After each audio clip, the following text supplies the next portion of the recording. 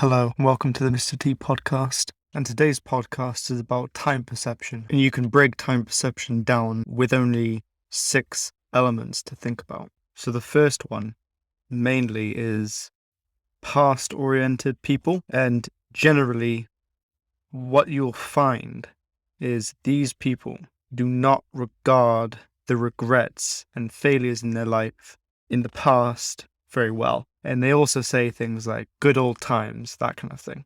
So with the next one, you can be present oriented, which fundamentally means that you can be hedonistic in 2 ways. You can do nothing but use drugs, have sex, and do those kind of hedonistic things right now and have those pleasures. And there's another one there's another trait with present hedonistic oriented people, which are the types that seek knowledge and seek sensation and avoids pain. That's the other type of hedonist. And other people who are presently oriented say things like, it doesn't pay to plan and my life is fated. This would inherently be the religious types, or that they are fated by poverty.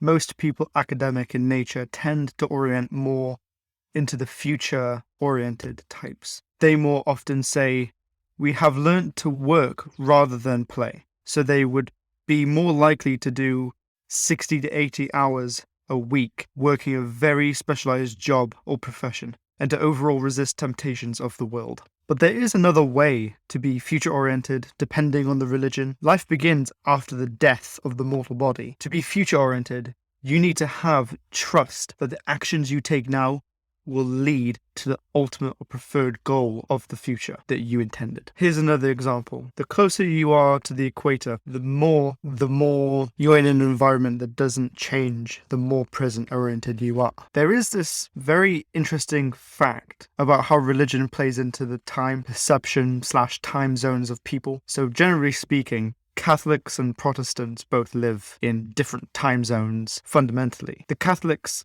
are more present / past, whereas the Protestants lean more to the future. That's just how it is. There's also this very interesting book called The Geography of Time by Robert Levine or Levine. I'm not too sure how to say that, and he is a brilliant social psychologist.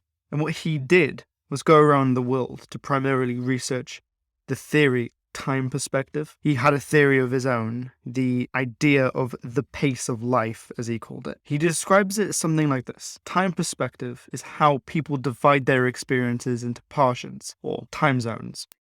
Another kind of time orientation is duration. Time that has spent waiting in line. How much time having fun. So he explained it like this. And what he found out, that people in different cultures have a different speed of life. He ranked 60 cities judging high pace of life compared to low pace of life. And in the cities with the highest pace of life, men have the most coronary problems. We pretty much begin life as present hedonists, basically.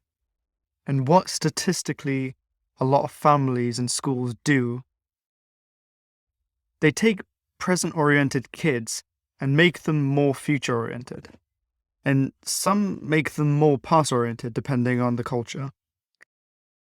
In 2010, a child dropped out of school every 9 seconds.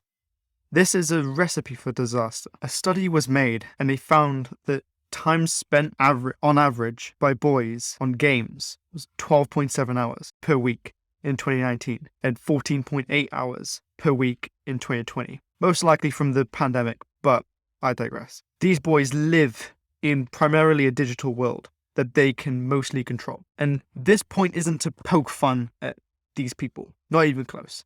It's to show a bigger point.